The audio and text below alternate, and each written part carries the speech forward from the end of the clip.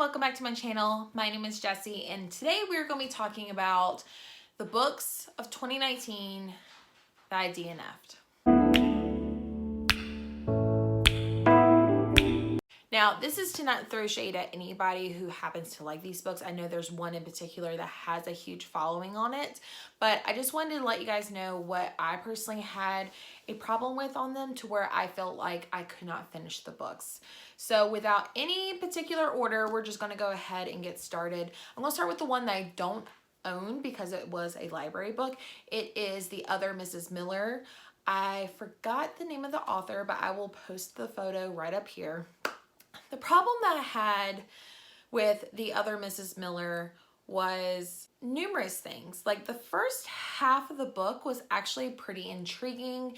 It's about this woman, I believe her name is Phoebe, and she is married. She's pretty wealthy. She's kind of older, and she happens to notice that someone is spying on her, like in a car, like in her little subdivision, and watching her, or she feels like there is.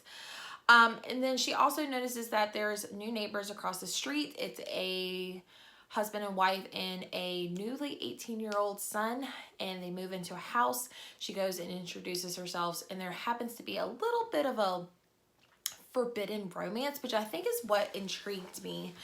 The second half of the book, I don't want to give too much away, but it was like it was going in a good direction, and it's like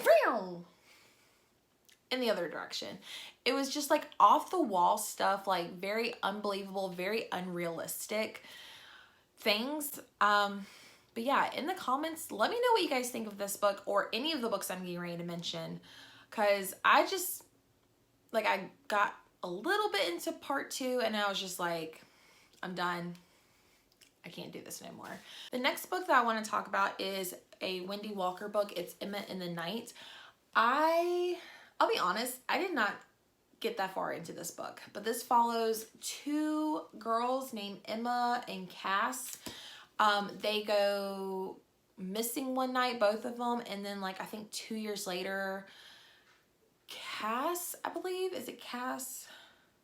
Yeah, Cass returns home without her sister Emma, and she has this like elaborate story of like what happened to them. But I think like one of the detectives that's on the case about their disappearance doesn't believe her, which sounds pretty interesting. But once the girl started actually saying like what happened to her, like I just got like my interest just went from like a 10 to like a -2. I was just like, really? So I did not finish this. I don't even think I made it pretty far. I would say I got to page 75 and I was just like, I can't do this no more. So I just closed it. Obviously, I never even took my bookmark out. But yeah, I got to the first 75 pages. Wasn't a fan.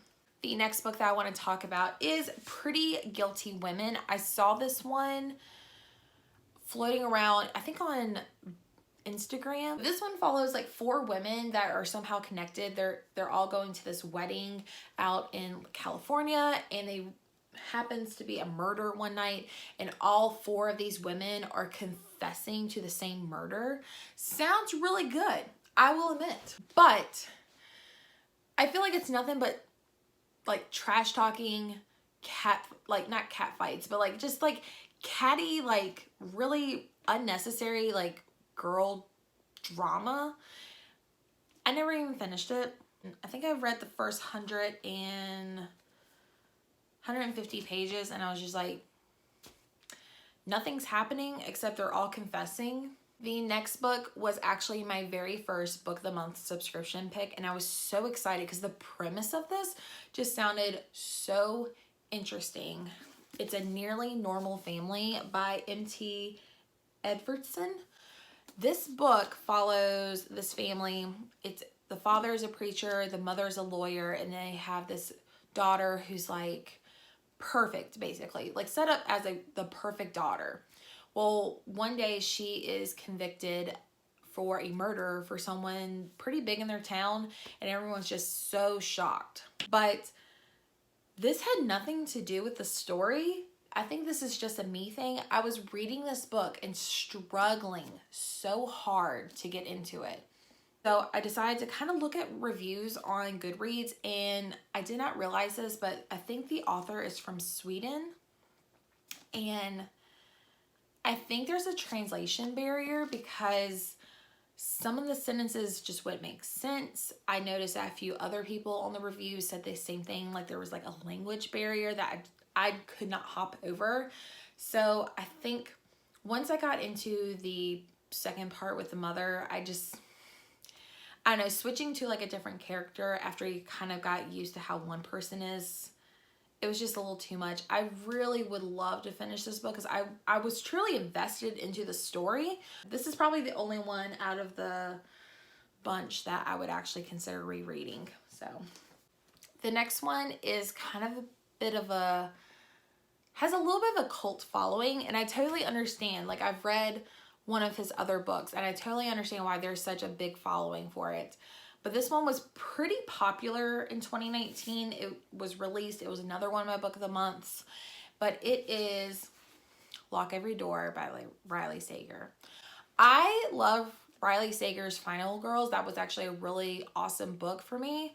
However, Lock Every Door just like irritated me. Like, I don't even know how to put it, but like just every inconvenient thing would just conveniently pop up. I felt like the main character was kind of dumb with her decisions sometimes. So, but this follows a girl named Jules. She takes this job as an apartment sitter for this like well-known like apartment complex that has like some secrets and dark past. She meets another apartment sitter, and then the apartment sitter goes missing without like a trace. And it's just very, I don't know.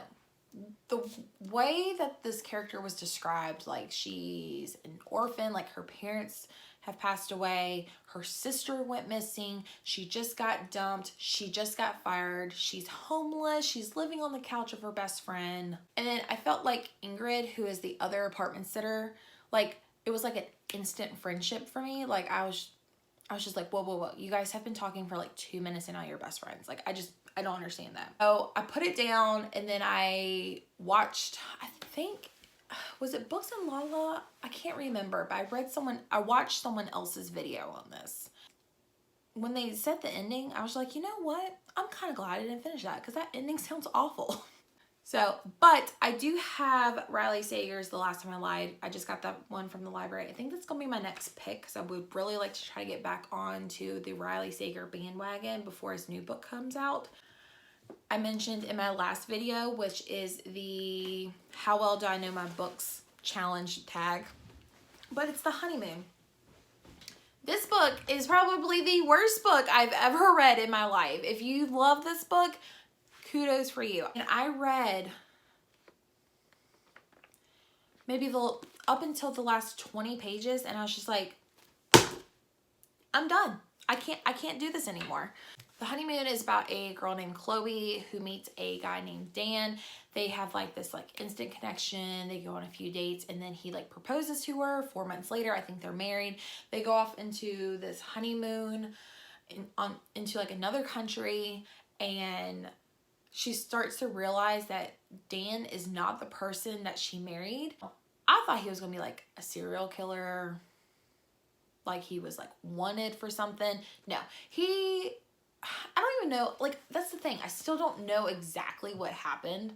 Like it was so forgettable, but Dan was just like, no, let's stay on our honeymoon. Let's not go back. Let's just forget everyone else.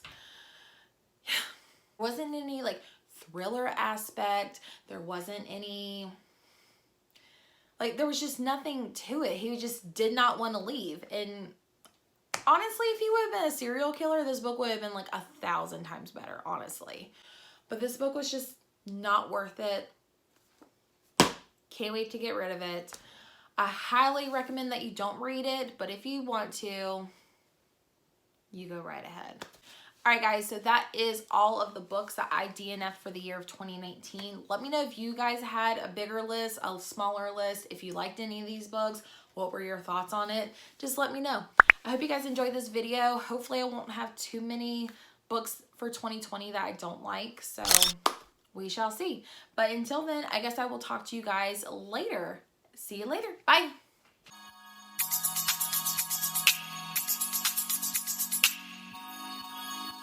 Yeah.